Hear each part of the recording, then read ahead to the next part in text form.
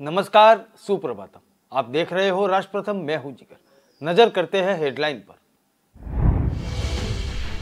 केंद्रीय गृह मंत्री अमित शाह ने सिक्किम में गंगटोक पहुंचे थे और यहां सैकड़ों लोग सड़क के किनारे उनका स्वागत करने के लिए पहुंचे थे। इसके बाद शाह गंगटोक के राजभवन पहुंचे और सरदार वल्लभ भाई पटेल की प्रतिमा का उद्घाटन किया। उत्तर प्रदेश के मुख्यमंत्री योगी आदित्यनाथ ने दावा किया, श्री रामलला के मंदिर का काम 50% तक कंप्लीट हो चुका है। इस वर्ष 1 दिसंबर को भारत पर G20 देशों की अध्यक्षता का दायित्व आया जाएगा और यह 30 नवंबर 2023 तक रहेगा। G20 के विश्व के विकसित और विकासशील देशों का समूह।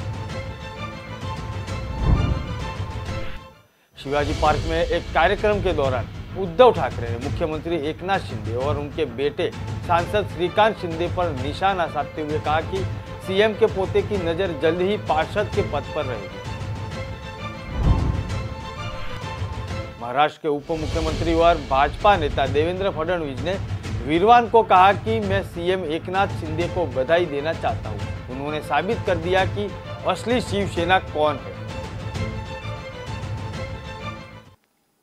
केंद्रीय गृह व सहकारिता मंत्री अमित शाह सिक्किम के गंगटोक पहुंचे थे और यहां सैकड़ों लोग सड़क के किनारे उनका स्वागत करने हेतु पहुंचे हुए थे। इसके बाद अमित शाह गंगटोक के राजभवन पहुंचे और सरदार वल्लभ भाई पटेल की प्रतिमा का अनावरण किया।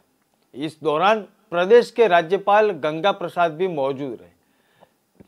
कार्यक्रम के तहत गृह मंत्री शाह ने गंगटोक में पूर्वी और उत्तर पूर्वी क्षेत्र डेयरी सहकारी सम्मेलन का उद्घाटन भी किया। इस दौरान शाह ने कहा कि नरेंद्र मोदी सरकार ने लगभग 65,000 सक्रिय प्राथमिक कृषि ऋण समिति स्थापित करने का निर्णय लिया है। हमने तय किया है कि 5 साल के भीतर प्रत्येक पंचायत में एक पैक्स और एक डेयरी होगी और सहकारिता कृषि विभाग के संयुक्त सचिव द्वारा चलाया जाएगा। सहकारिता के माध्यम से देश के किसानों, शिल्पकारों, मछुआरों, आदिवासियों को सशक्त बनाने का काम होगा और सहकारिता मंत्रालय की विवेचना की जानी चाहिए। और शाह ने कहा कि आजादी के 75 साल में पूर्वोत्तर को केवल एक पर्यटन स्थल माना जाता था, लेकिन नरेंद्र मोदी के प्रधानमंत्री के बाद पूर्वोत्तर का वास्तविक विकास शुरू हो चुका है।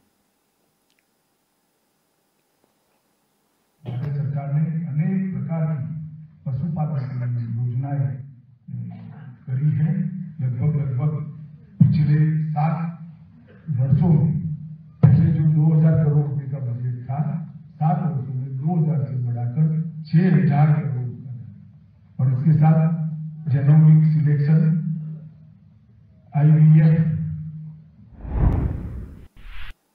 प्रधानमंत्री नरेंद्र मोदी के विश्वस्त जेपी नड्डा की अध्यक्षता में ही भाजपा अगला यानी कि 2024 का चुनाव लड़ेगी। नड्डा का वर्तमान कार्यकाल अगले 20 जनवरी को खत्म हो रहा है। उससे पहले संसदीय बोर्ड उनका कार्यकाल बढ़ाने के फैसले पर मुहर लगा देगा। भाजपा में अध्यक्ष का कार्यकाल 3 साल का होता है और यह लगातार 2 बार हो सकता है। वर्तमान स्थिति में लगातार चुनाव आने वाले हैं। गुजरात और खुद नड्डा के गृह राज्य हिमाचल में नवंबर-दिसंबर में विधानसभा चुनाव होने जा रहे हैं। अगले साल मार्च-अप्रैल में कर्नाटक के साथ साथ जम्मू कश्मीर में भी चुनाव हो सकते हैं। इस लिहाज से पार्टी नेतृत्व का यह मन बना चुका है कि फिलहाल अध्यक्ष का चुनाव टालकर नड्डा के कार्यकाल को लगभग 1.5 साल का विस्तार किया जाएगा, ताकि पार्टी बिना भटकाव के लोकसभा चुनाव तक रणनीति को जमीनी पर उतार सके।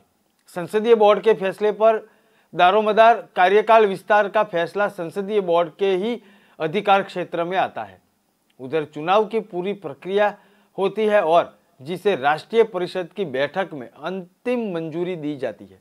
वैसे भी नड्डा ने कोविड संक्रमण काल के वक्त जिस तरह पार्टी के अंदर संवाद स्थापित करके प्रचार प्रसार किया, उनका असर साफ दिख रहा था। उनके कार्यकाल में ही पार्टी उत्तर प्रदेश, उत्तराखंड, गोवा और मणिपुर के दोबारा जीतकर सत्ता में आई है।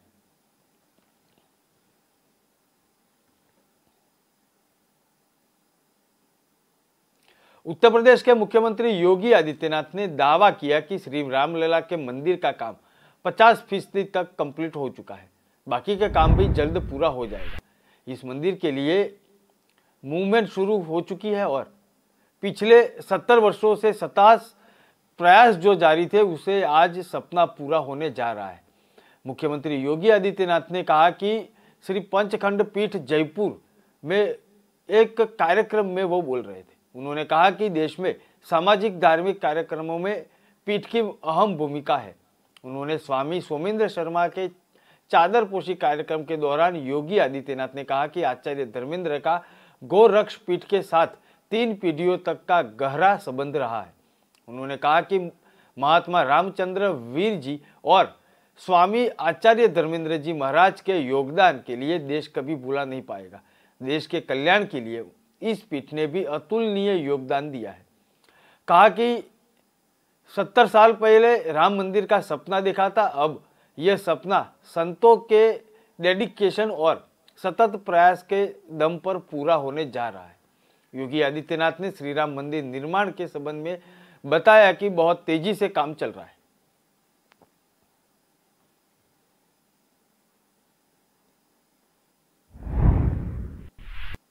उत्तर प्रदेश में सड़कों में गड्ढों की शिकायतों को देखते हुए मुख्यमंत्री योगी आदित्यनाथ ने 15 नवंबर तक प्रदेश की सभी सड़कों को गड्ढा मुक्त करने का निर्देश दिया।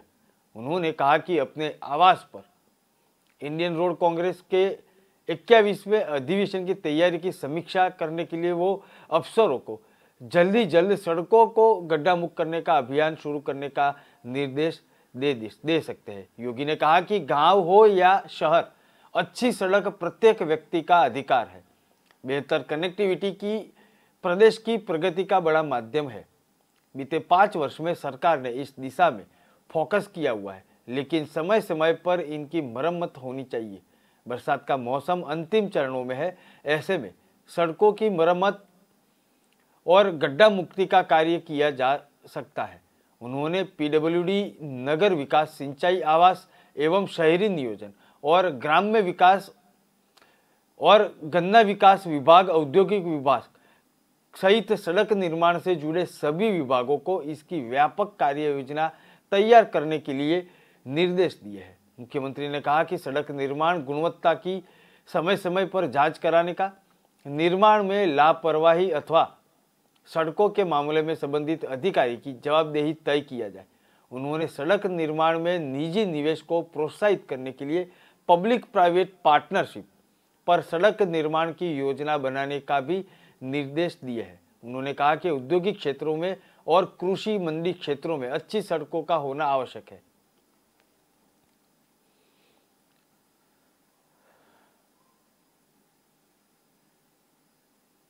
इसी वर्ष दिसंबर को भारत पर G20 देशों की अध्यक्षता का दायित्व आ जाएगा और यह 30 नवंबर 2023 तक रहेगा। G20 के विश्व के विकसित और विकासशील देशों का समूह है, जिसमें अभी 19 देश है। विश्व की 85% GDP इन देशों से ही आती है। अंतर्राष्ट्रीय व्यापार में इन देशों का हिस्सा 75% है। इतनी महत्वपूर्ण देशों के समूह की अध्यक्षता के चलते 200 छोटी बड़ी बैठकों का आयोजन भारत में होना है। लगभग पूरा विश्व बढ़ती कीमतों और खाद्य पदार्थ की कमी से जूझ रहा है। नई प्रौद्योगिकी के आगाज में यह हमारा जीवन सुविधापूर्ण हो चुका है। वही सरकार के समक्ष कई चुनौतियां भी आ सकती है। नई नीति और खास तौर पर इंटरनेट के कारण दुनिया के देशों के बीच की दूरियां समाप्त हो चुकी है। पुराने उद्योग धंधे शिथिल हो रहे हैं और उनके स्थान पर नए व्यवसाय जन्म ले रहे हैं। निवेश प्राप्त करने की होड़ में प्रतिस्पर्धात्मक कराधान की ओर दुनिया बढ़ती जा रही है। यानी हर देश कॉरपोरेट टैक्स की दर घटाकर यह दिखाने की कोशिश कर रहा है कि वह निवेश के लिए सुविधाएं दे सकता है, लेकिन इसके साथ ही सभी देशों में कराधान भी घटता जा रहा है, जिस कारण सरकार को पर्याप्त राजस्व नहीं मिल रहा।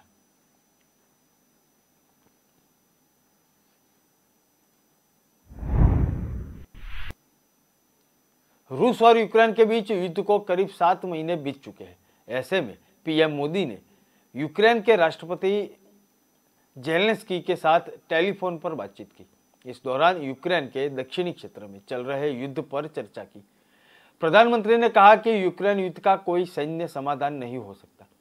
पीएम ने जानकारी दी कि पीएम मोदी ने युद्ध को जल्द से जल्द खत्म करे और बातचीत व कूटनीति के रास्ते पर चलने की जरूरत दोहराई।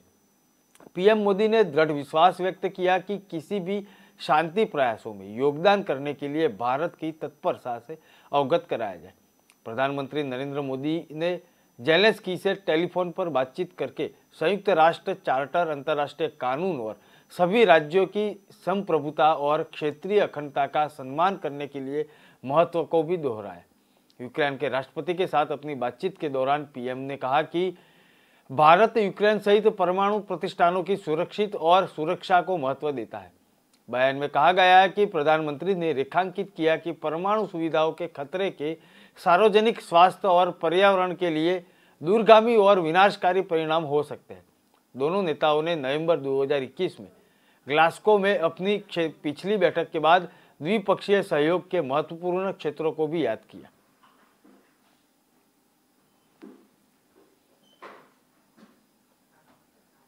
शिवाजी पार्क में एक कार्यक्रम के दौरान उद्धव ठाकरे ने मुख्यमंत्री एकनाथ शिंदे और उनके बेटे सांसद श्रीकांत शिंदे पर निशाना साधते हुए कहा कि सीएम के पोते की नजर जल्द ही पार्षद के पद पर होगी। अपने बेटे पर की गई टिप्पणी पर श्रीकांत शिंदे ने उद्धव ठाकरे को एक खुला पत्र भी लिखकर कड़ी निंदा की है। उन्होंने कहा कि यह पत्र एक मुख्यमंत्री के बेटे और सांसद की तरफ से नहीं बल्कि एक पिता का है। ठाकरे ने शिवाजी पार्क में अपने भाषण के दौरान कहा था कि दादा एकनाथ शिंदे मुख्यमंत्री, पिता श्रीकांत शिंदे सांसद और पोता जल्द ही पार्षद के पद पर हो गए। जिस पर श्रीकांत ने पत्र में कहा कि सिर्फ आपसे पूछना चाहता हूं, क्या आपके भाषण में 1.5 साल के बच्चे को घसीटना आपके उत्साही हिंदू धर्म के अनुरूप है? क्या आपको ऐसा बयान देते समय कुछ महसूस नहीं हुआ? विरोधियों की जमकर आलोचना करते थे, लेकिन उन्होंने कभी भी वास्तव में मतलबी और गलत टिप्पणी नहीं की। कभी उन्होंने राजनीति में बच्चों को नहीं घसीटा।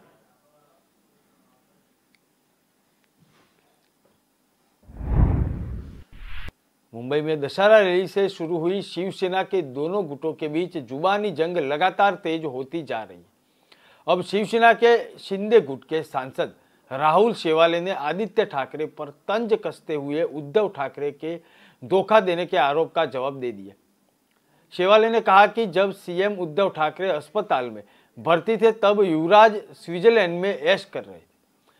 शिवसेना प्रमुख उद्धव ठाकरे ने शिवाजी पार्क की दशहरा रैली में सीएम एकनाथ शिंदे को कटप्पा बताते हुए कहा था कि जब अस्पताल में भर्ती थे तब उन्होंने जिन्हें शासन की जिम्मेदारी दी थी उन्हीं लोगों ने उनसे गद्दारी की ली। यह लोग सोचते हैं कि अस्पताल से वापस नहीं लौटेंगे। इसके जवाब में एकनाथ शिंदे ने ठाकरे से कहा कि कटप्पा का भी स्वाभिमान होता था। धोखा तो आपने 2019 में दिया था। इसी मामले में सांसद शेवाले ने अब उद्धव ठाकरे के पुत्र और महाराष्ट्र के पूर्व मंत्री आदित्य ठाकरे को युवराज बताते हुए निशाना साधा। लोकसभा सदस्य राहुल शेवाले ने कहा कि जब तत्कालीन सीएम उद्धव ठाकरे अस्पताल में भर्ती थे तब आदित्य ठाकरे स्विट्जरलैंड के पब में मजे ले रहे थे।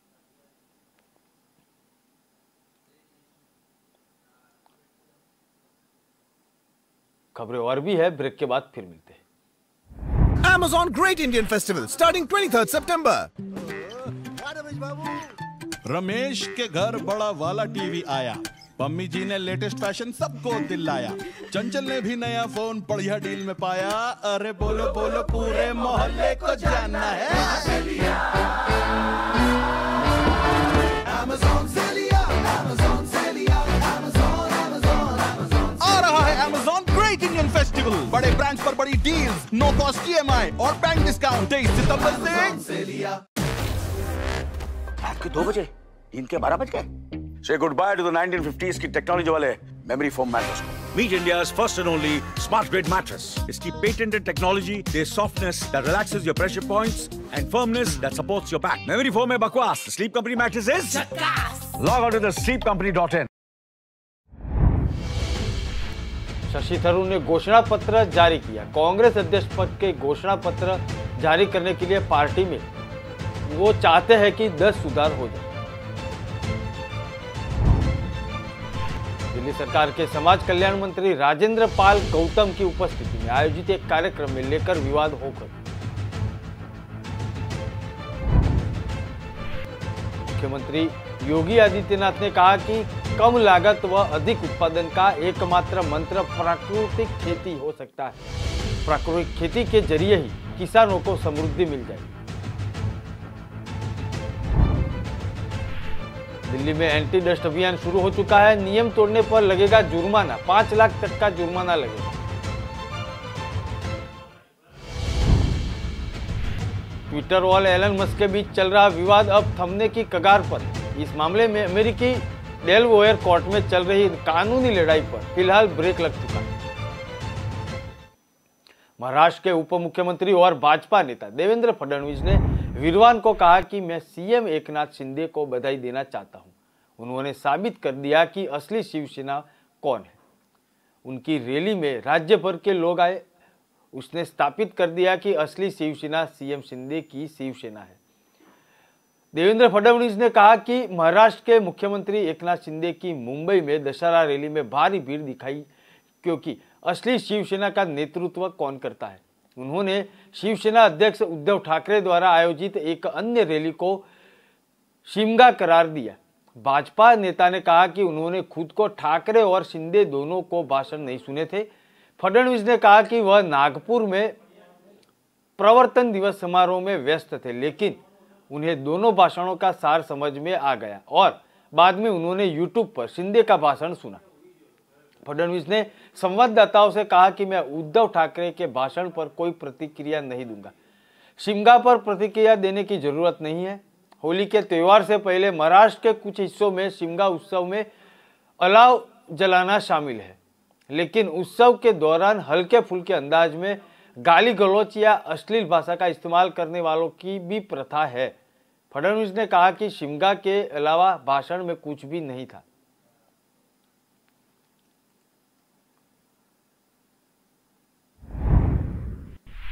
महाराष्ट्र के मुख्यमंत्री एकनाथ शिंदे ने मुंबई के बीकेसी मैदान में शिवसेना के अपने गुट की रैली को संबोधित किया। इस दौरान महाराष्ट्र की लाइफलाइन में कहे जाने वाले वेस्टर्न रेलवे की ट्रेनों को लेकर भी एक विवाद खड़ा हुआ। मुख्यमंत्री एकनाथ शिंदे की राजनीतिक रैली का लाइव प्रसारण किया गया था।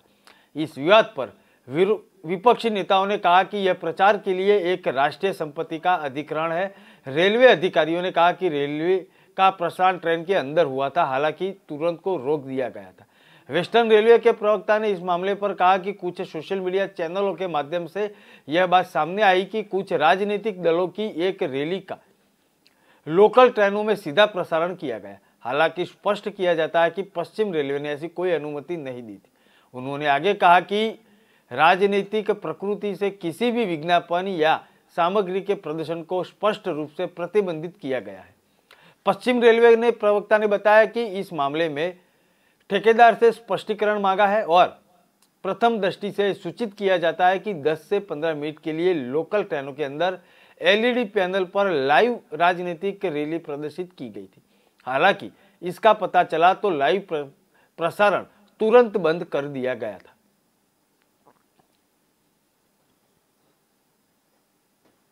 कांग्रेस नेता शशि थरूर अध्यक्ष पद के चुनाव के लिए तेजी से अभियान चला रहे हैं।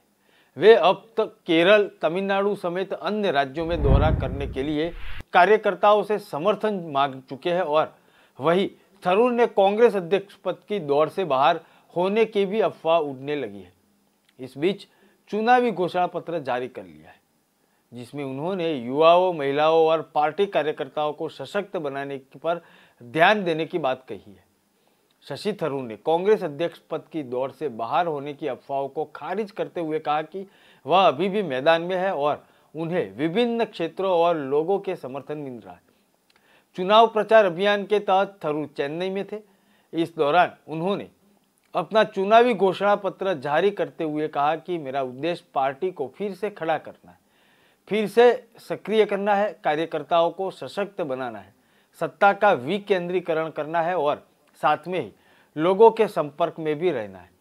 आगे उन्होंने कहा कि मेरा मानना है कि यह कांग्रेस को 2024 के आम चुनावों में प्रधानमंत्री नरेंद्र मोदी और उनकी भाजपा के सामने की लड़ाई के लिए राजनीतिक रूप में सशक्त बनाएगा।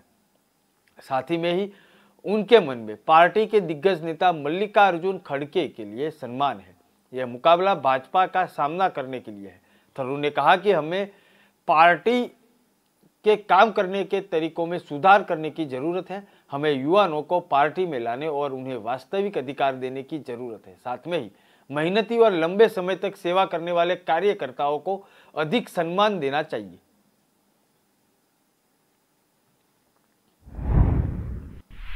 कांग्रेस के अध्यक्ष पद के चुनाव की तारीख नजदीक आती जा रही है और पार्टी के दो बड़े नेता शशि थरूर और मल्लिकार्जुन खड़गे चुनावी मैदान में आमने सामने हैं। दोनों ही कांग्रेस नेताओं और कार्यकर्ताओं के बीच चुनाव प्रचार अभियान शुरू कर दिया है।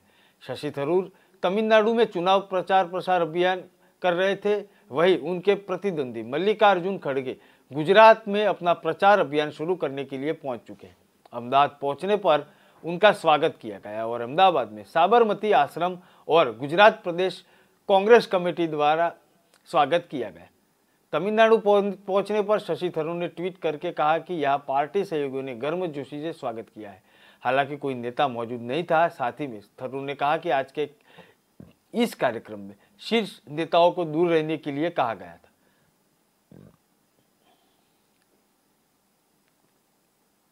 दिल्ली सरकार के समाज कल्याण मंत्री राजेंद्र पाल गौतम की उपस्थिति में आयोजित एक कार्यक्रम को लेकर विवाद खड़ा हो चुका है। इस विवाद में लोग गौतम पर हिंदू देवी देवताओं के अपमान का आरोप लगा रहा है और इसके साथ ही राजेंद्र गौतम से हिंदू समाज से माफी मांगने की बात सामने आई है। भाजपा ने अरविंद केजरीवाल ने के मंत्री राजेंद्र गौतम को बर्खास्त करने की मांग की है और मिली जानकारी के अनुसार विजयादशमी के दिन करोल बाग के झांसी रोड पर अंबेडकर भवन में राजेंद्र पाल गौतम की उपस्थिति में कार्यक्रम हुआ था। इसमें लोगों ने बौद्ध धर्म की दीक्षा तो ले ली, लेकिन इस बात की भी शपथ ली कि वे हिंदू देवताओं की पूजा नहीं करेंगे और न ही उनको ईश्वर मानेंगे। आप सब लोग मिलके हमारे साथ कंधे से कंधा मिलाकर इस लड़ाई को क्या लड़ने को तैयार है? जो लोग पौधे में भारत के बाबा साहब के सपने को पूरा करने को तैयार हो, वो जहां भी खड़े अपना हाथ ऊपर कर लें, दोनों हाथ। जो लोग तैयार है, जो सहमत हो कि हम इस न्याय की लड़ाई को लड़ेंगे, हम समता, स्वतंत्रता, बंधुत्व और न्याय पर आधारित, प्रज्ञा पर आधारित, करुणा पर आधारित बौद्ध में भारत का निर्माण करेंगे। तो आप सब लोग हमारे साथ हैं। मैं इन्हीं शब्दों के साथ ज्यादा लंबा भाषण ना देते हुए, चूंकि भाषण से काम नहीं चलेगा, काम करने से चलेगा। बौद्ध में भारत बनाने के सपने के लिए बौद्ध में रथ, धम्म रथ, जिसमें हमने 3 ही नारे लिखे हैं: जाति छोड़ो, समाज जोड़ो। बौद्ध धर्म की क्या पहचान? मानव मानव एक समान। और तीसरा नारा हमने दिया है, व्यक्ति से नहीं, विचारों। दिल्ली सरकार के मंत्री राजेंद्र गौतम पाल पर भारतीय जनता पार्टी ने गंभीर आरोप लगाए। बीजेपी नेता कुलजीत सिंह चहल ने वीडियो जारी करके दावा किया कि राजेंद्र गौतम पाल ने हिंदू देवी देवताओं की पूजा न करने की शपथ दिलवाई है और धार्मिक भावनाओं को आहत किया है। इस वीडियो के जरिए बीजेपी ने पूछा है कि केजरीवाल जी श्री राम श्री कृष्ण से इतना बैर क्यों है। इस वीडियो के वायरल होने के बाद बीजेपी ने केजरीवाल से जवाब मांगा। बीजेपी नेता मनजिंदर सिंह सिरसा ने आम आदमी पार्टी पर निशाना साधते हुए कहा कि राजेंद्र पाल गौतम ने पाप किया है, उन्हें संवैधानिक पद पर रहने का अधिकार नहीं है। वहीं विश्व हिंदू परिषद के विनोद बंसल ने एक वीडियो ट्वीट करके कहा कि जिहादी तुष्टीकरण और ईसाई मिशनरियों के संरक्षण के साथ अब केजरीवाल सरकार दिल्ली में धर्मांतरण के सार्वजनिक अड्डे भी चलाएगी। दिल्ली के मंत्री स्वयं हिंदू देवी देवताओं के विरुद्ध शपथ दिला रहे हैं। राजनीति का हिंदू विरोधी चेहरा सामने आ चुका है, इस पर कठोरतम कार्यवाही जरूरी है। दरअसल दिल्ली सरकार के मंत्री राजेंद्र गौतम पाल ने कार्यक्रम में एक फोटो ट्वीट करते हुए लिखा है कि बुद्ध की ओर मिशन की तरफ चलो और जय भीम आपको बुलाता है।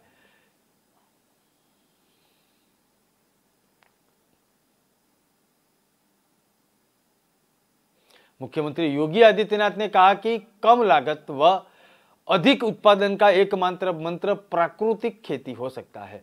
प्राकृतिक खेती के जरिए किसानों को समृद्धि मिल सकती है, इसलिए प्राकृतिक खेती को आगे बढ़ाना होगा। इसके लिए प्रदेश में जल्द ही प्राकृतिक खेती बोर्ड का गठन किया जाएगा और इसके माध्यम से खेती व औद्योगिक फसलों को वैश्विक मंच पर उपलब्ध कराना है। मुख्यमंत्री ने दिल्ली स्थित केंद्रीय कृषि एवं किसान कल्याण मंत्रालय द्वारा natural farming and digital agriculture के संबंध में आयोजित एक बैठक में वर्चुअली भाग लिया था। मुख्यमंत्री ने कहा कि अभी तक प्रदेश के 1,25,000 किसान प्राकृतिक खेती की तरफ से जुड़ चुके हैं और 1.10 लाख हेक्टेयर भूमि पर प्राकृतिक खेती प्रारंभ हो चुकी है। उन्होंने कहा कि जिन स्थानों पर गो आधारित प्राकृतिक खेती की गई है वहां कम बारिश के बावजूद फसल अच्छी है। उन्होंने कहा कि अब तक बुंदेलखंड के सभी 7 जिलों के ब्लॉकों में प्राकृतिक खेती के संबंध में नोटिफिकेशन जारी करके सब्सिडी भी दे चुकी है।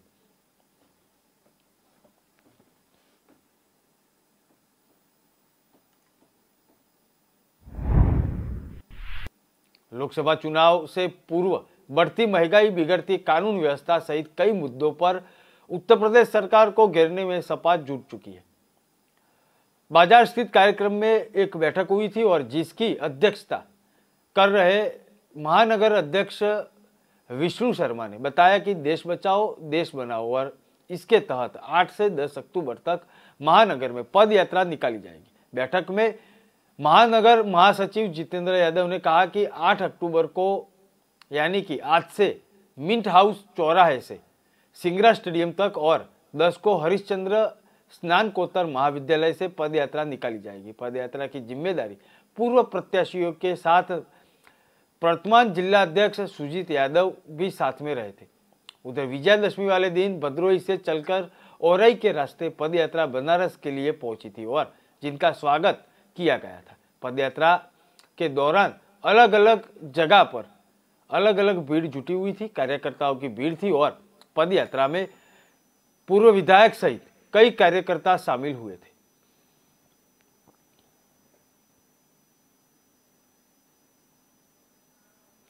राजधानी दिल्ली में प्रदूषण के खिलाफ धूल विरोधी अभियान शुरू हो चुका है।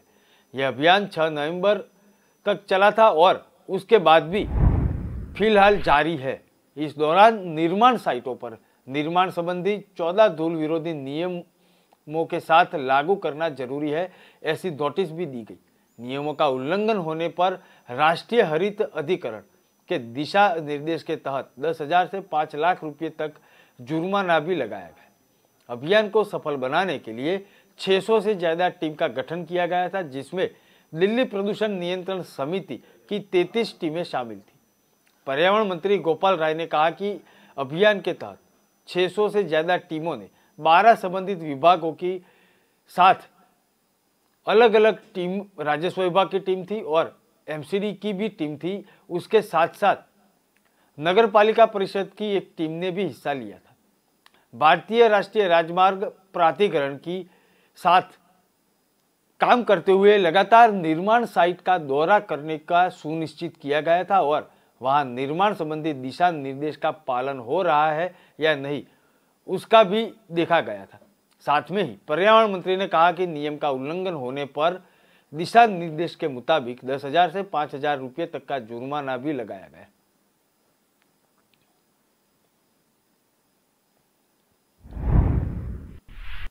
सुप्रीम कोर्ट ने उत्तर प्रदेश, बंगाल, छत्तीसगढ़, झारखंड और मध्य प्रदेश समेत 11 राज्यों में रेरा एक्ट लागू करने का संबंधी जवाब 4 हफ्तों में मांगा है।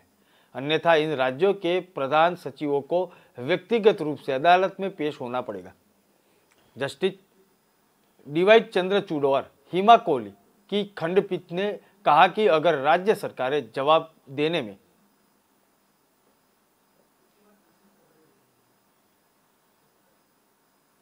ब्रेक के बाद संक्षिप्त खबरें देखेंगे। थोड़ा रोस्ट, थोड़ा फ्राई, थोड़ा लो, थोड़ा हाई, थोड़ा अपना वाला ट्राई।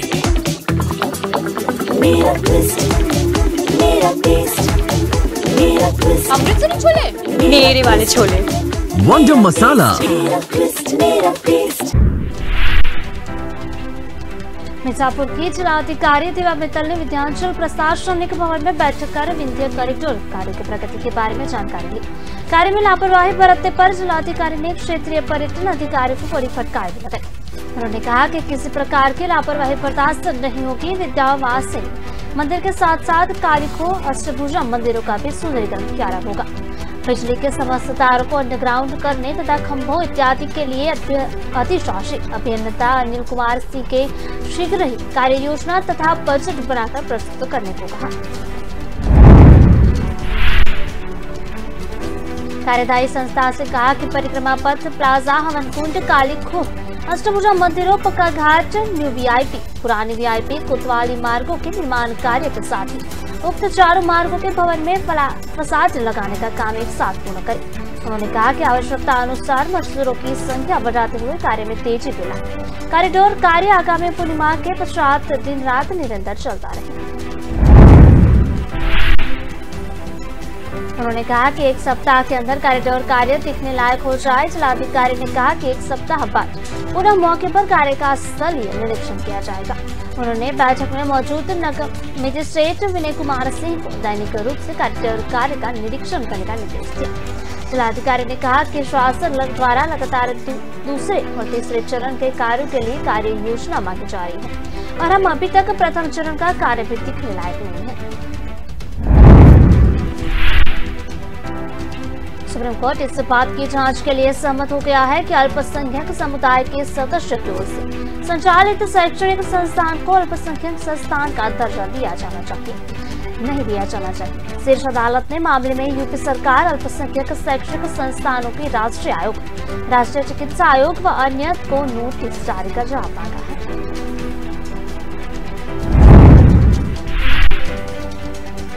Justice B R. गवई और जस्टिस बी.वी. नगरत्ना की पीठ इलाहाबाद हाईकोर्ट के आदेश को चुनौती देने वाली महायान थेरवाद वज्रयान बौद्धिक धार्मिक और धर्मार्थ ट्रस्ट की अपील पर सुनवाई कर रही थी। हाईकोर्ट ने आदेश में कहा था कि केवल अल्पसंख्यकों की ही ओर से चलाए जाने मात्र से संस्थान को अल्पसंख्यक संस्थान का दर्जा नहीं दिया जा सकता।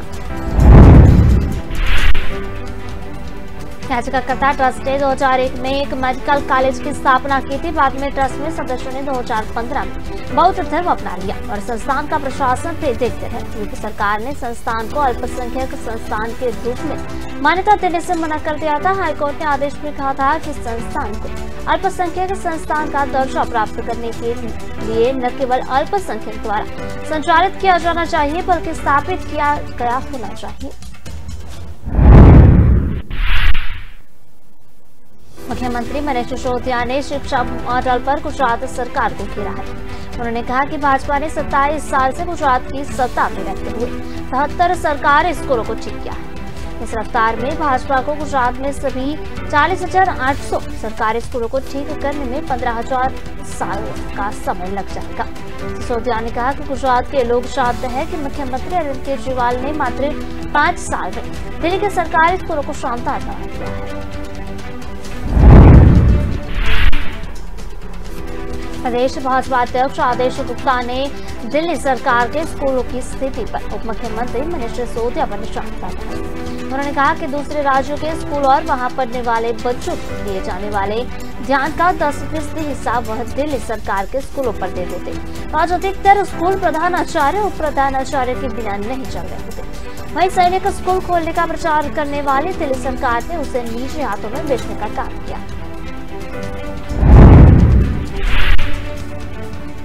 दिल्ली में मुख्यमंत्री अरविंद केजरीवाल के उपराज्यपाल वीके सक्सेना पर तंज करने के बाद उन्होंने भाजपा नेता कपिल मिश्रा ने जवाब दिया है।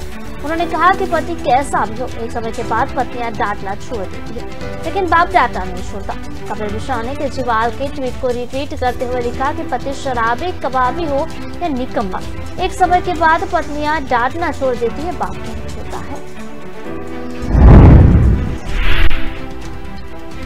इससे पहले अरविंद केजरीवाल ने एलजी के सक्सेना पर तंज कसते हुए ट्वीट किया था, एलजी साहब रोज मुझे जितना डांटते हैं उतना तो मेरी पत्नी भी मुझे नहीं डांटती। पिछले 6 महीनों में मैं एलजी साहब ने मुझे जितने लव लेटर लिखे हैं उतने पूरी जिंदगी में मेरी पत्नी मुझे नहीं लिखे। एलजी साहब थोड़ा चिल करो और अपने सुपर बॉस को भी थोड़ा चिल करने दीजिए।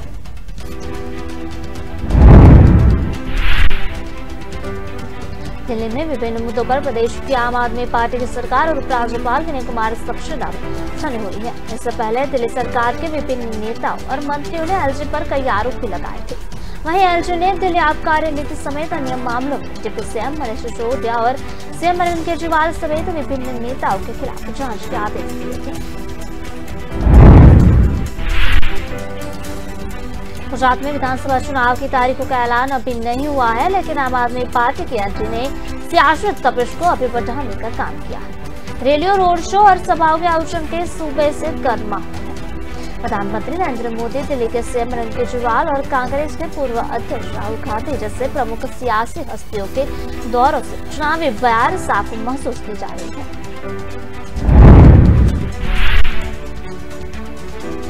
आम आदमी पार्टी और कांग्रेस किसानों को मुद्दे उठा रही है। वहीं भारतीय जनता पार्टी यह सुनिश्चित करने में जुटी हुई है कि किसानों को राज्य और केंद्र की ओर से चलाई जा रही योजनाओं का पूरा लाभ मिल सके।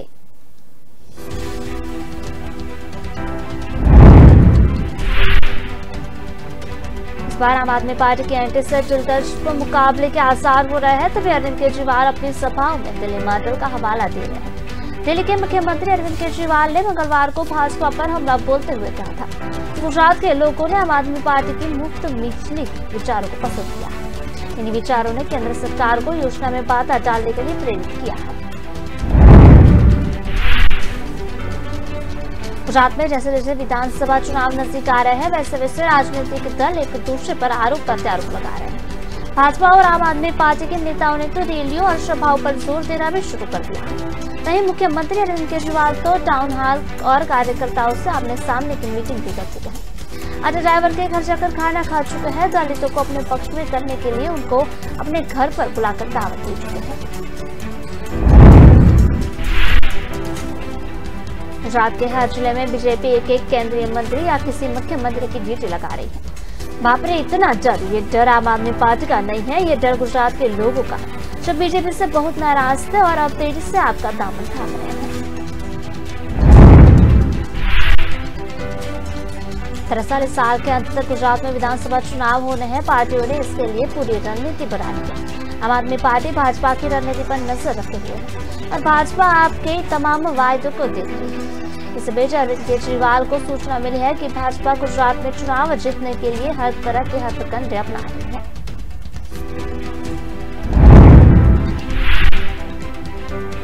केंद्रीय गृह व सहकारिता मंत्री अमित शाह शुक्रवार को सिक्किम के गंगटोक पहुंचे। यहाँ सैकड़ों लोग सड़क किनारे उनका स्वागत करने के लिए पहुंचे। इसके बाद शाह गंगटोक के राजभवन पहुंचे और सरदार वल्लभ भाई पटेल की प्रतिमा का उद्घाटन किया। इस दौरान प्रदेश के राज्यपाल गंगा प्रसाद भी मौजूद रहे।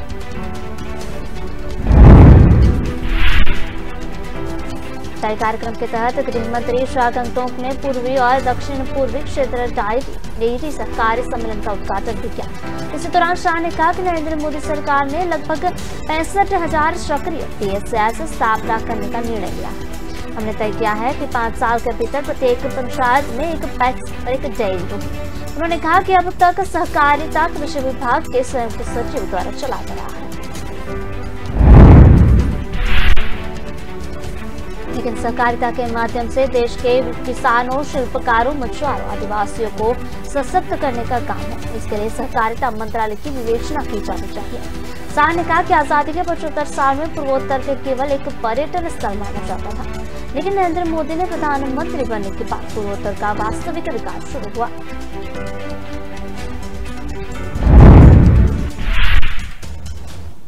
प्रधानमंत्री नरेंद्र मोदी के विश्वस्त जेपी नड्डा की अध्यक्षता में ही भाजपा अगला यानी कि 2024 का लोकसभा चुनाव लड़ेगी।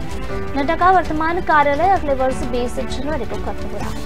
इससे पहले संसदीय बोर्ड उनका कार्यकाल बढ़ाने के लिए फैसले पर मुहर लगा देगा। भाजपा में अध्यक्ष का कार्यकाल 3 साल का होता है और यह लगातार 2 बार हो सकता है। वर्तमान स्थिति में लगातार चुनाव होने वाले हैं।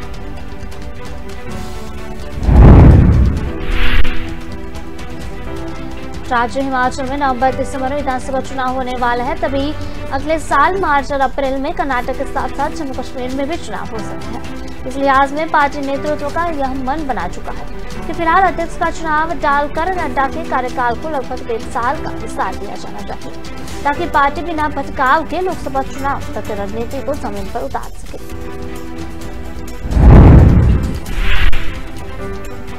कार्यकाल विस्तार का फैसला संसदीय बोर्ड के ही अधिकार क्षेत्र में आता है। उधर चुनाव की पूरी प्रक्रिया होती है, इससे राष्ट्रीय परिषद की बैठक में अंतिम मंजूरी दी जाती है। वैसे भी न जाने कोविड संक्रमण काल के वक्त जिस तरह पार्टी के अंदर संवाद स्थापित कर प्रचार प्रसार किया, उसका असर साफ दिखा है। उनके कार्यकाल में ही पार्टी उत्तर प्रदेश, उत्तराखंड, गोवा और मणिपुर में दोबारा जीतकर सत्ता में आई। उत्तर प्रदेश के मुख्यमंत्री योगी आदित्यनाथ ने दावा किया कि श्री राम लला के मंदिर का काम 50% तक कंप्लीट हो चुका है। बाकी काम का पूरा जल्द हो जाएगा और इस मंदिर में लिए 1949 में मूवमेंट शुरू हुआ था। 73 वर्षों में सतत प्रयास के बाद आज यह सपना पूरा होने के करीब पहुंच गया है। मुख्यमंत्री योगी आदित्यनाथ गुरुवार को श्री पंचखंड पीठ जयपुर में आयोजित चादर पोष कार्यक्रम में बोल रहे थे।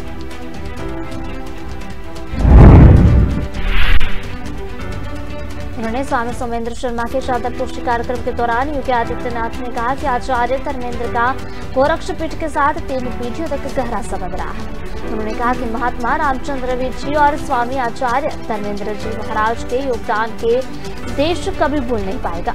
देश के कल्याण के लिए इस पीठ ने भी अतुलनीय योगदान दिया है। कहा कि आचार्य ने 73 साल पहले राम मंदिर का सपना देखा था।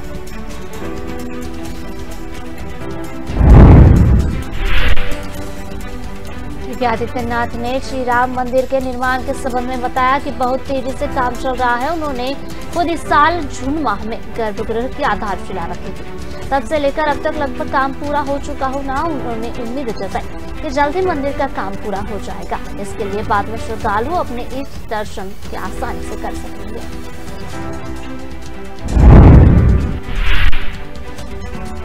प्रदेश में सैकड़ों में कचरों की शिकायतों को देखते हुए मुख्यमंत्री योगी आदित्यनाथ ने 15 नवंबर तक प्रदेश की सभी सड़कों को कचरा मुक्त करने का निर्देश दिया है। उन्होंने बृहस्पतिवार को अपने आवास पर इंडियन रोड कांग्रेस के 81वें अधिवेशन की तैयारियां की। समीक्षा के दौरान अफसरों को जल्द से जल्द सड़कों को कचरा मुक्त करने का अभियान शुरू करने का निर्देश भी दिया।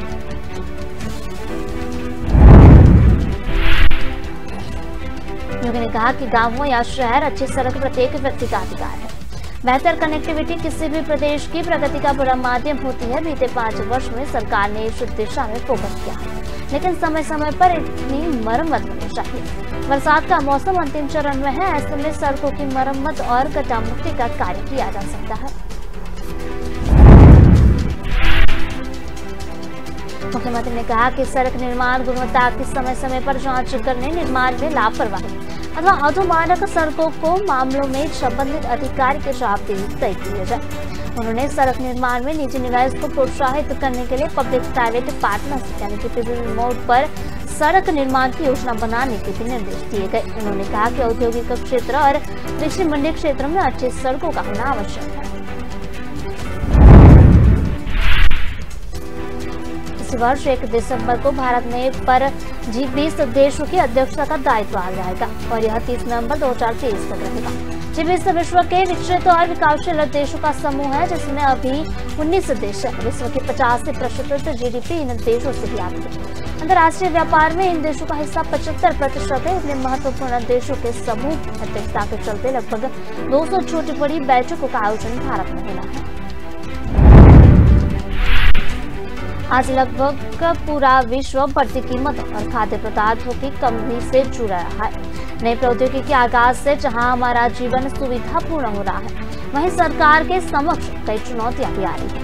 नई प्रौद्योगिकी के खास तौर पर इंटरनेट के कारण दुनिया के देशों के बीच की दूरियां समाप्त हो रही है। पुराने उद्योग धंधे शिथिल हो रहे हैं और उनके स्थान पर नए व्यवसाय जन्म ले रहे हैं। निवेश प्राप्त करने की होड़ में प्रतिस्पर्धक कराधान की ओर दुनिया बढ़ती जा रही है।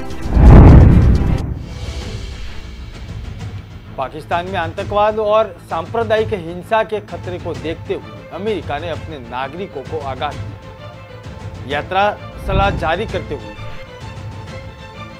प्रभास और सैफ अली खान स्टार फिल्म आदि पुरुष इन दिनों काफी चर्चा में है। हाल ही में श्री राम की नगरी अयोध्या में इन फिल्म का टीजर लॉन्च किया गया। भारतीय जनता पार्टी की पूर्व राष्ट्रीय प्रवक्ता और निलंबित नेता नूपुर शर्मा के समर्थन में टिप्पणी करने पर नोएडा के एक युवक पर जानलेवा हमला होने का मामला सामने आया। अपने बयानों को लेकर सुर्खियों में रहने वाले मंत्री दिनेश खटीक ने एक बार फिर से वैश्य समाज को लेकर टिप्पणी की। उनकी इस कथित टिप्पणी में मुंबई नारकोटिक्स कंट्रोल ब्यूरो को फिर बड़ी कामयाबी मिली। ब्यूरो ने गुजरात के जामनगर और मुंबई के एक गोदाम से 120 करोड़ रुपए मूल्य की 60 किलो मादक दवा जब्त की गई है। ट्विटर और एलन मस्क के बीच चल रहा विवाद अब थमने की कगार पर। इस मामले में अमेरिकी कोर्ट में चल रही कानूनी लड़ाई पर फिलहाल ब्रेक लग चुका है। कोर्ट ने मस्क को 28 अक्टूबर शाम 5 बजे तक ट्विटर के साथ 44 अरब डॉलर के सौदे को पूरा करने का समय दिया गया। साथ ही डील पूरी करने के मकसद में मुकदमे पर फिलहाल से एक रोक लगा दी है। हालांकि कोर्ट ने यह भी कहा है कि अगर मस्क इस सौदे को पूरा नहीं करते तो यह मुकदमा फिर से शुरू होगा। दूसरा पक्ष नवंबर 2022 में मामले में सुनवाई के लिए फिर से तारीख हासिल कर सकता है। कोर्ट में मस्क ने वकीलों ने मुकदमे पर रोक लगाने की गुहार लगाई थी। मस्क के वकीलों ने तर्क था कि सौदा पूरा होने तक कोर्ट से मामला निलंबित कर दिया जाए, जिससे कि अधिग्रहण को पूरा करने के लिए लोन व अन्य कागजी कार्यवाही पूरी की जा सके। मस्क ने वकीलों ने कोर्ट में कहा था कि उनको उम्मीद है कि यह सौदा 28 अक्टूबर तक पूरा हो जाएगा। बीते सोमवार को टेस्ला चीफ पर एलन मस्क के संकेत दिए थे कि यह ट्विटर के साथ मूल सौदे पर ही आगे बढ़ना चाहते हैं।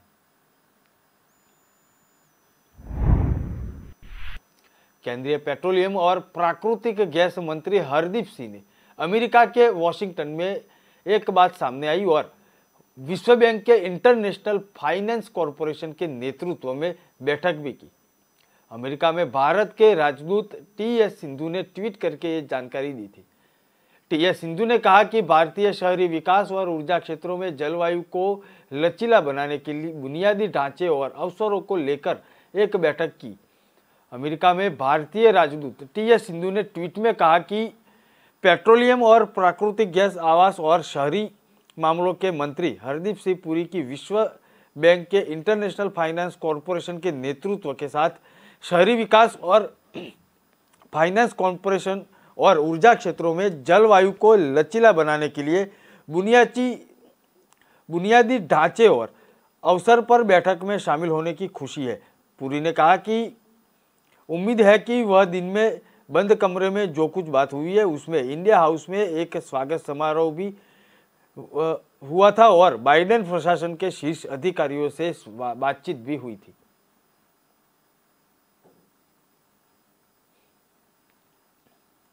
पाकिस्तान में आतंकवाद और सांप्रदायिक हिंसा को खतरे देखते हुए अमेरिका ने अपने नागरिकों को आगाज किया है। यात्रा सलाह जारी करते हुए अमेरिका ने नागरिकों को पाकिस्तान व खास कर उनके अप्रशांत प्रांतों की यात्रा नहीं करने की सलाह दी है। अमेरिका के विदेश मंत्रालय ने यह यात्रा परामर्श जारी किया है कि आतंकवाद और अपहरण की घटनाओं के कारण बलूचिस्तान और पूर्व संघ शासित कबायली क्षेत्र समेत खैबर प्रांत में यात्रा न करें। अमेरिका ने तृतीय स्तर का परामर्श जारी करते हुए कहा कि आतंकवाद और सांप्रदायिक हिंसा के कारण पाकिस्तान की यात्रा पर पुनः विचार प्रत्येक यात्री को करना चाहिए। कुछ इलाकों में खतरा बढ़ चुका है। इस स्तर की यात्रा चेतावनी तक जारी की गई है। दीर्घकालीन या गंभीर स्थितियों के कारण यात्री को और आगंतुकों को जोखिम होता है और जब गैर जरूरी यात्रा से बचा जाना जरूरी भी समझा जाता है। अमेरिका ने अपने नागरिकों को आतंकवाद और सशस्त्र संघर्ष की आशंका के कारण नियंत्रण रेखा LOC के पास क्षेत्रों में भी यात्रा नहीं करने की सलाह दी है। परामर्श में कहा गया है कि आतंकवादी बहुत कम या बिना किसी चेतावनी के हमला कर सकते हैं। वे परिवहन केंद्र, बाजार, शॉपिंग मॉल, सैन्य प्रतिष्ठानों, हवाई अड्डों और स्कूल, अस्पताल और पूजा स्थलों को निशाना बना सकते हैं। आतंकवादियों ने अतीत में अमेरिकी राजनीतिकों और राजकीय प्रतिष्ठानों पर हमले किए हैं, इसलिए फिलहाल पाकिस्तान यात्रा टली जानी चाहिए। अमेरिका में सिख परिवार के 4 सदस्यों की हत्या। अमेरिका में सिख परिवारों के 4 सदस्यों की हत्या मामले में बड़ा खुलासा हुआ है। काउंटी के शेरिफ ने जानकारी देते हुए कहा कि आरोपी पहले परिवार के लिए ही काम करता था और उसके बाद उसका परिवार से विवाद चल रहा था। उन्होंने कहा कि इस मामले में आरोपी के साथ साथी की तलाश जारी है। शेरिफ वन के बताया कि आरोपी जीसस मैनुअल सालगांडो की अस्पताल में भर्ती है और डकैत के एक मामले में दोषी ठहराया जा चुका है और उसे 11 साल की सजा सुनाई है।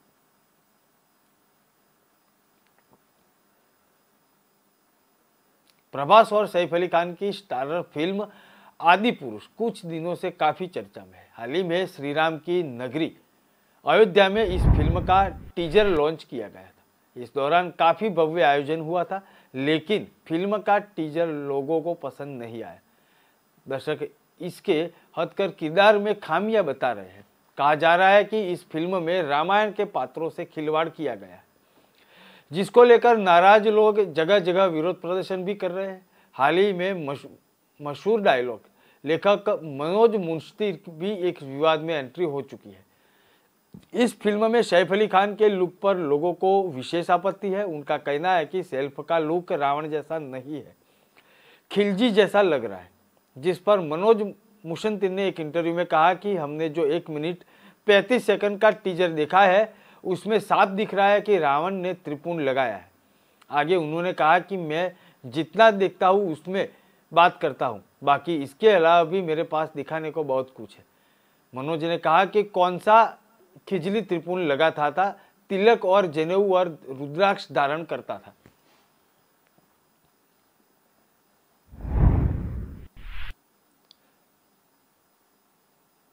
फिल्म का टीजर सामने आने के बाद इसका विरोध शुरू हो चुका है। लम्ही गेट पर भारतीय अवाम पार्टी के नेताओं द्वारा आदि पुरुष फिल्म के निर्देशन और कलाकारों का पुतला फूंकते हुए उनको गिरफ्तार करने की मांग की। पार्टी के नेताओं ने यह भी कहा कि रिलीज होने के बाद फिल्म को वे सिनेमाघरों में चलने नहीं देंगे। नेता बोले कि फिल्म में भारत के सबसे बड़े आराध्य भगवान श्री राम और हनुमान जी का गलत चित्र पेश कर बॉलीवुड ने घोर पाप किया है और अक्षम्य अपराध भी किया है। भारतीय अवाम पार्टी की राष्ट्रीय अध्यक्ष नजमा परवीन ने कहा कि किसी फिल्म निर्माता द्वारा हमारे आराध्य भगवान का अपमान किया जा रहा है और हम चुप रहे हैं, यह असंभव है। उन्होंने यह भी कहा कि फिल्म में भगवान के स्थापित चित्र के अलग चित्र दिखाकर हिंदू धर्म को अपमानित किया गया है। ऐसे में फिल्म के निर्देशक और कलाकारों के खिलाफ मुकदमा दर्ज करते हुए भविष्य में कोई भी व्यक्ति इस तरह का अपराध करे उससे बचना चाहिए।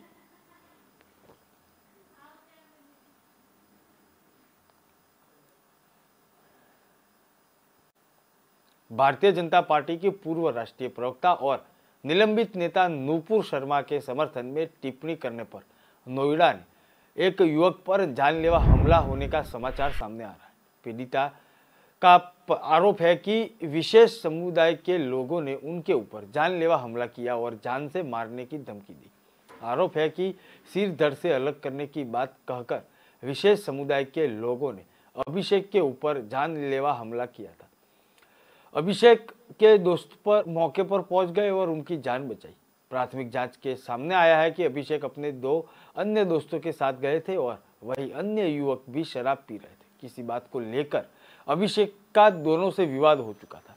इस दौरान शराब के नशे में दोनों ने अभिषेक की पिटाई कर ली।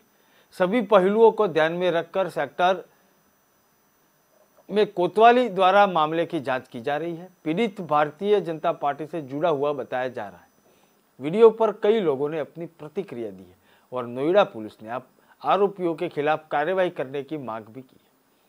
इस मामले को लेकर एडिशनल डीसीपी आशुतोष द्विवेदी ने बताया कि घटनास्थल के आसपास मौजूद उनके साथियों से जब पूछताछ की गई तो उन्होंने बताया कि रात को 2 बजे के करीब अभिषेक के साथ सोम बाजार निकले थे और इस दौरान थोड़ा आगे निकल गए और दोनों पीछे रह गए थे। उसके बाद 2 युवकों ने अभिषेक पर विवाद हो चुका था और दोनों का कहना था कि मारपीट करने वाले युवक किस समुदाय के थे और उनकी जानकारी उनको नहीं है।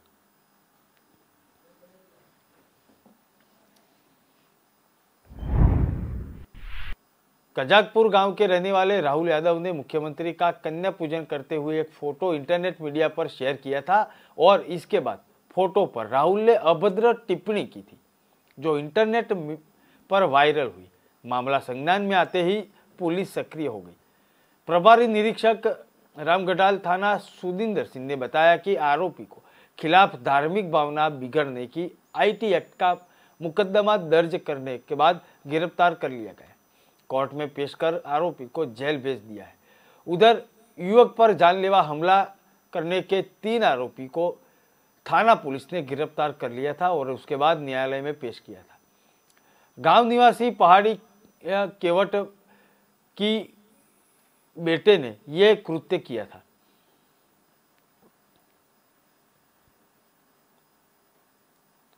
अपने बयानों को लेकर सुर्खियों में रहने वाले मंत्री दिनेश खटीक ने एक बार फिर से वैश्य समाज को लेकर टिप्पणी की है।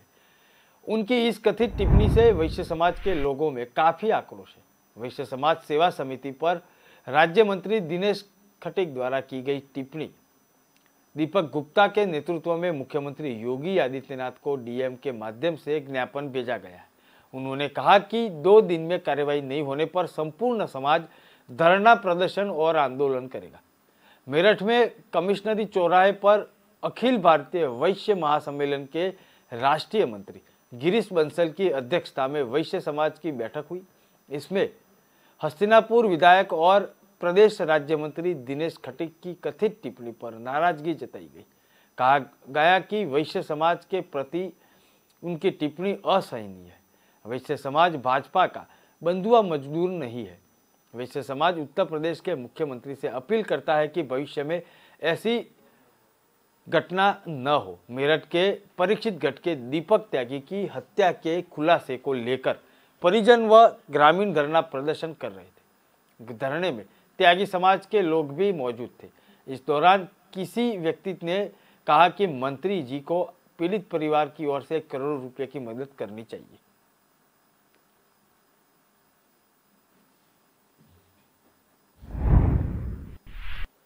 सुलेदेव भारतीय समाज पार्टी के अध्यक्ष ओम प्रकाश राजभर और बीजेपी के बीच दूरियां कम होती नजर आ रही है।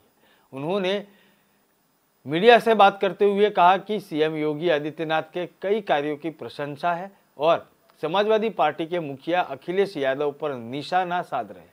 उन्होंने कहा कि सीएम योगी ईमानदार है और उनके शासनकाल में अपराध में गिरावट आई है। बता दें कि मुख्यमंत्री और उप मुख्यमंत्री के साथ ही में बलिया में एक समारोह में राजभर के साथ मंच भी साझा किया था।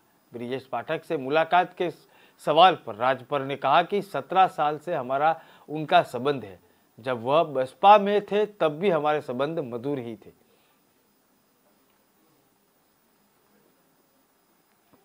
देश दुनिया की खबरें देखने के लिए देखते रहिए राष्ट्र प्रथम। नमस्कार।